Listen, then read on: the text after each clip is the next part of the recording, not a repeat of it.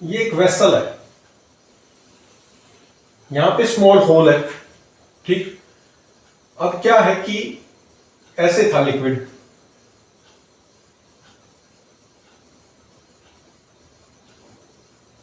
इसमें एक narrow tube डाल दी,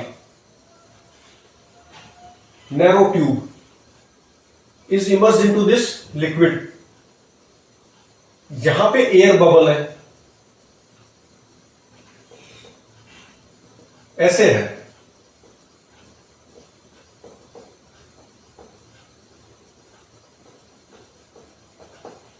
ये हाइट है 2 मीटर,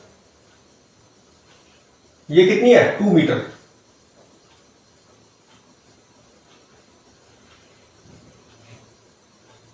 ये 1 मीटर है। तो गिवन सिचुएशन ये है, यहां पे एयर बबल्स है। क्वेश्चन ये है फाइंड वेलोसिटी ऑफ इफ्लक्स। ये जो यहां स्मॉल होल लिक्विड आएगा, ये जो वेलोसिटी है ये बतानी है। तो कैसे करें?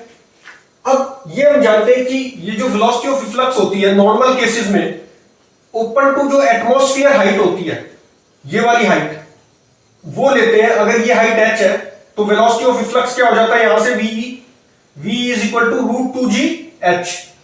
तो एटमॉस्फेयर जहां से स्टार्ट हो रहा है वहां से हाइट लेनी होती है। तो यहां पर भी कहां से हाइट लेंगे? यहां से लेंगे। एटमॉस्फेयर हो गया, ये एयर बबल है, इसका मतलब क्या हुआ? प्रेशर एटमॉस्फेयर है। यहां पे atmospheric pressure is present here in this level at this, ये 2 मीटर हाइट है। तो इस दिस लेवल पे क्या है? PATM है, प्रेशर एटमॉस्फेयर।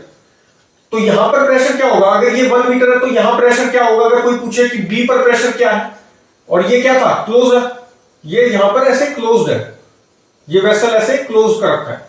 तो कोई कहे कि बी पे प्रेशर क्या है, तो बी पे प्रेशर जो है वो प्रेशर एट बी अगर पूछे तो हम वो बोलेंगे PATM atmospheric pressure minus HROG 1 ρg। ये प्रेशर आएगा बी पे, HROG कम है यहां से, और ये V क्या हो जाएगा? This V velocity of efflux is equal to √2gh and this height is from P atmosphere. तो ये हाइट 2 मीटर है। तो आंसर कितना होगा? 4g, मतलब √40 मीटर पर सेकेंड। ये आ गया। अच्छा, और देखते हैं और कैसे प्रैक्टिकल प्रॉब्लम आती है। जैसे कैम्फर होता है, कैम्फर से पानी पीते हैं, तो कैम्फर में क्या होता है कि थोड़े टाइम के बाद भरा है जैसे, तब तो वेलोसिटी उसकी जो है लिक्विड की आती है वो काफी अच्छी आती है। जब वो खाली होने लगता है तो वेलोसिटी उसकी कम हो जाती है। तो उसका भी रीजन बर्नौली इक्वेशन से हम डिफाइन कर सकते हैं। कैसे? ये मान लो कैम्फर है ऐसे, ठीक है, और ये ऐसे पूरा भरा हुआ था। सिचुएशन 1 दिखा रहा हूं, जब ये फुल्ली ऐसे भरा हुआ है,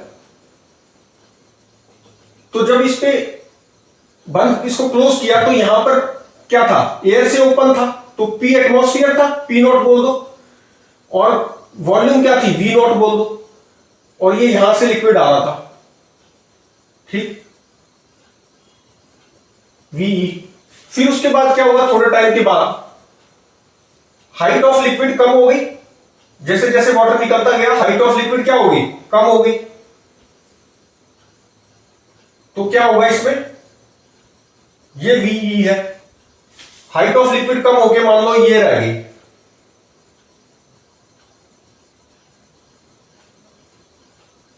ये हाइट है मान लो H हाइट आ गई। तो ये जो P एटमॉस्फेयर था ये P0 था। अब ये क्या हो गया? वॉल्यूम इसकी बढ़ गई ना, तो ये P डैश और V डैश मान लो।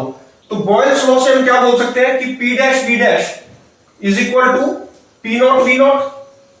अब V डैश जो है ये ग्रेटर देन V0 है, here V dash is greater than V0। तो this implies that from equation 1 we can say that P dash is less than P0। तो atmospheric pressure से ये कम हो गया। ये जो प्रेशर है यहां पर एयर का, ये एटमॉस्फेयर जो प्रेशर था उससे कम हो चुका है। अगर हम यहां पर ये 1 पॉइंट पे और ये 2 पॉइंट मान लो, बर्नौली इक्वेशन लगाएं, तो क्या बनती है? P1 पी डैश मतलब ये क्या हो गया, पी डैश प्लस, चलो इसको पी बोल दो और इसको वी बोल दो, तो ये क्या हो गया, पी वी हो गया। तो यहां से v greater than V naught है, तो इसलिए p less than P not है। तो ये आ गया 1 पर और 2 पे बर्नौली इक्वेशन लगा रहा हूं, तो 1 पर लगाऊंगा तो p plus half rho v1 square plus ये हाइट h है, तो ये हो गया rho ji h, and this is equal to, यहां पे प्रेशर क्या है, पी नॉट है, एटमॉस्फेरिक प्रेशर, फिर plus half rho v velocity of efflux इसका स्क्वायर, और प्लस यही रेफरेंस लेवल ले रखा है, तो इसका क्या हो गया, 0 हो गया। अब पी नॉट, ये अब ये क्या हो रहा है कि इसको तो नेग्लेक्ट कर सकते हैं, ये नेग्लेक्ट हो जाएगा, नेग्लेक्ट क्यों नेग्लेक्ट होगा, बिकॉज इसका एरिया ऑफ क्रॉस सेक्शन क्या है, ये जो V1 से जा रहा है ये V1 है, और ये जो एरिया ऑफ क्रॉस सेक्शन है इसका कैपिटल A है। इक्वेशन ऑफ कंटिन्यूटी कहती है कि A into V1 is small a into velocity of efflux, तो ये V1 कितना हो गया, AVE अपॉन A, तो ये बहुत बड़ा A है, A is very very greater than small a, तो यहां से क्या बोलेंगे, जब A बहुत बड़ा है A से, तो V1 टेंड्स टू 0 है, तो V1 टेंड्स टू 0 है, तो इसको नेग्लेक्ट कर दिया। तो अब इक्वेशन क्या बची, pressure plus rho ji H, this is equal to P naught plus half rho और VE ये वेलोसिटी ऑफ फ्लक्स है, इसका square.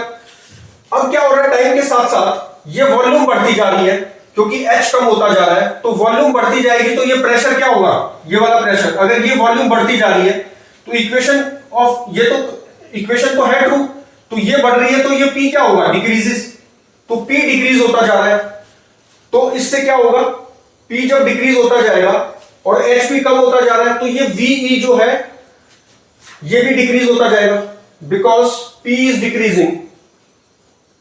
So from equation 2 VE decreases, और फिर एक टाइम आएगा कि ये दोनों मिलके, ये H भी कम हो रहा है, प्रेशर भी कम होता जा रहा है, अब एक टाइम आ गया कि ये दोनों मिलके P नॉट हो गया, कम होते होते, स्टार्टिंग में तो क्या था, ये P नॉट ही था और ये कैपिटल H था, तो P नॉट से P नॉट कैंसिल और अच्छी खासी VE आ रही थी, लेकिन अब कम होते होते एक टाइम आया कि ये P नॉट के इक्वल हो गया और P नॉट से P नॉट कैंसिल हो गया, तो अब क्या होगा, VE जो है 0 ही हो गया, वेलोसिटी ऑफ फ्लक्स क्या हो गया, 0 ही हो गया, और ये हाइट बहुत कम हो गई, तो इसमें अब ये हाइट बहुत कम हो गई और ये मिलके P नॉट था एटमॉस्फेयर प्रेशर के बराबर, तब ये इसके वेलोसिटी ऑफ फ्लक्स क्या आ गया, 0। अब क्या होगा कि अब कैसे ठीक कर सकते हैं कि वेलोसिटी ऑफ फ्लक्स बढ़ जाए, तो हम क्या करेंगे, जो ऊपर ढक्कन होता है इसको खोल देंगे, इसको खोलने से क्या होता है कि एयर अंदर आती है और ये प्रेशर बढ़ जाता है, ठीक है, प्रेशर बढ़ जाता है, तो प्रेशर जब बढ़ेगा तो ये P बढ़ गया, ठीक, और ज्यादा पूरा ही खोल देंगे तो P एटमॉस्फेयर ही आ जाएगा, अंदर क्या हो जाएगा, P एटमॉस्फेयर, तो जब P बढ़ गया या P एटमॉस्फेयर के इक्वल हो गया, तो अब ये VE इंक्रीज होगी दोबारा। अच्छा, फिर उसके बाद H बहुत कम होता गया और कम होता गया, अब ये H भी अगर बहुत कम हो जाएगा तो भी VE 0 हो जाएगी, बेशक ये P एटमॉस्फेयर था, ये P भी कम होता जाएगा H के कम होने से, इससे।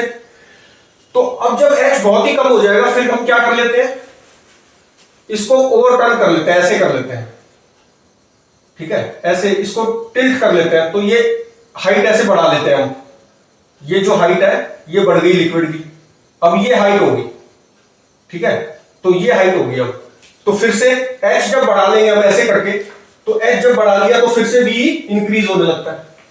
तो in this way practically we can see the use of Bernoulli equation, which defines how water coming out from camphor is velocity उसकी हम increase कर सकते हैं प्रेशर बढ़ा के। कैसे प्रेशर बढ़ाएंगे, ढक्कन को खोल के, अगर नहीं खोलते तो टाइम के साथ साथ H कम होता जा रहा है और प्रेशर कम होता जा रहा है, क्योंकि वॉल्यूम बढ़ती जा रही है, तो इससे हम प्रेशर बढ़ा लेते हैं, प्रेशर बढ़ाते हैं तो फिर वेलोसिटी ऑफ फ्लक्स, जो पानी की स्पीड आने की, वो बढ़ जाती है। इसी तरह साइफन भी वर्क करता है। साइफन कैसे वर्क करता है, ये भी प्रैक्टिकल प्रॉब्लम है। ये साइफन कैसे वर्क करेगा, ये लिक्विड मान लो यहां तक था, और इसमें हम क्या करते हैं कि एक पाइप होता है, ये मान लो इसको जस्ट टच करा रखा है ऐसे, और ये ऐसे होता है।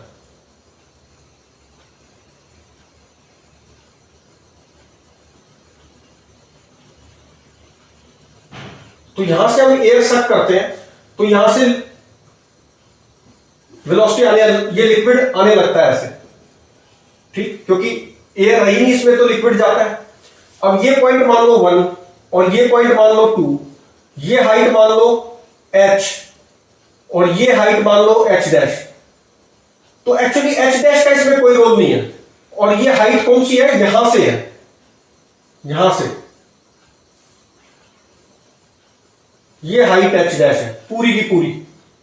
दिस हाइट इज h, ये h है, सॉरी h डैश तो ये है। अब इसमें h डैश का कोई रोल नहीं है। अगर हम बर्नौली इक्वेशन लगाए 1 पे और 2 पे तो क्या बोलेंगे, 1 पे लगाऊंगा तो P एटमॉस्फेयर हो गया, यहां पे क्या है P नॉट है, P एटमॉस्फेयर हो गया, plus half rho V square हो गया, ठीक। उसके बाद क्या होगा, प्लस इसको रेफरेंस लेवल मान लिया तो रो जी एच हो गया, and this is equal to, यहां पे प्रेशर क्या है P नॉट है, फिर half rho V E square है और प्लस 0 है। तो ये इक्वेशन बनी ना, बर्नौली इक्वेशन क्या बनी, यहां पर ये बनी। अच्छा, अब हाफ रो V1 स्क्वायर को हम नेग्लेक्ट कर सकते हैं, ये जो वेलोसिटी V1 ऊपर जाएगी, क्योंकि एरिया बहुत ज्यादा है, area of cross section A is very very greater than this small a, इसको स्मॉल a बोल सकते हैं, तो इसको हम नेग्लेक्ट कर सकते हैं। तो यहां से क्या आ गया, रो से रो कैंसिल हो गया, तो यहां से आ गया वेलोसिटी ऑफ इफ्लक्स, यहां से जो लिक्विड आएगा इसकी वेलोसिटी हो जाएगी √2gh, √2gh। अब ये h जो है ये h था, इसको h मान, सॉरी √2gh, ये वाला h है ना, तो ये h टाइम के साथ साथ कम होता जा रहा है, इसको जस्ट टच करा रखा है, लिक्विड का लेवल कम होता जा रहा है, इसको फिर से टच कराते जा रहे हैं, तो हो क्या रहा है, इसको नीचे लाते जाएंगे ना लेवल के साथ साथ, तो ये हमेशा टच कर रहा होगा सरफेस पे। तो क्या होगा कि h कभी भी 0 नहीं हो सकता, h is never equal to 0, ठीक है, क्योंकि यहां भी आ जाएगा तो भी h की कुछ पॉजिटिव वैल्यू रहेगी, बिल्कुल खत्म होने को होगा तो भी। लेकिन जब वाटर ही नहीं रहेगा तब वेलोसिटी ऑफ इफ्लक्स क्या हो जाएगी 0, क्योंकि जब वाटर ही नहीं है तो निकलेगा क्या, आएगा क्या, वेलोसिटी ऑफ वाटर जो कमिंग आउट है, जब वाटर ही नहीं है तब 0 हो जाएगा। बट फॉर्मूले से वेलोसिटी ऑफ इफ्लक्स डिक्रीज तो होगी लेकिन कभी भी 0 नहीं होगी जब तक कि पानी पूरा खाली नहीं हो जाता। जब तक कि कोई भी हाइट h ग्रेटर देन 0 है तो वेलोसिटी कभी भी 0 नहीं हो सकती, क्योंकि फॉर्मूले में क्या आ रहा है √2gh, h कम जरूर हो रही है, कम हो रही है तो वेलोसिटी ऑफ इफ्लक्स, ये जो velocity coming out from this pipe from this and is decreasing but can never be 0 until the height of the liquid is 0। तो ये कुछ प्रैक्टिकल यूज थे जो हम अक्सर देखते हैं, लेकिन ये डिफाइन किससे होते हैं, बर्नौली इक्वेशन से। कैम्फर हो गया, साइफन सिस्टम हो गया, और ये हमने जो एक और क्वेश्चन किया था स्टार्टिंग में वो वाला भी प्रैक्टिकल यूज में आता है, तो इससे ये डिफाइन होते हैं। नेक्स्ट हम करेंगे applications of Bernoulli equation. Applications of Bernoulli equation कहाँ कहाँ यूज होता है, जैसे एयरप्लेन जो फ्लाई करता है वो भी इसी से होता है, कोई काफी सारी चीजें this will discuss in as application of Bernoulli equation in next video.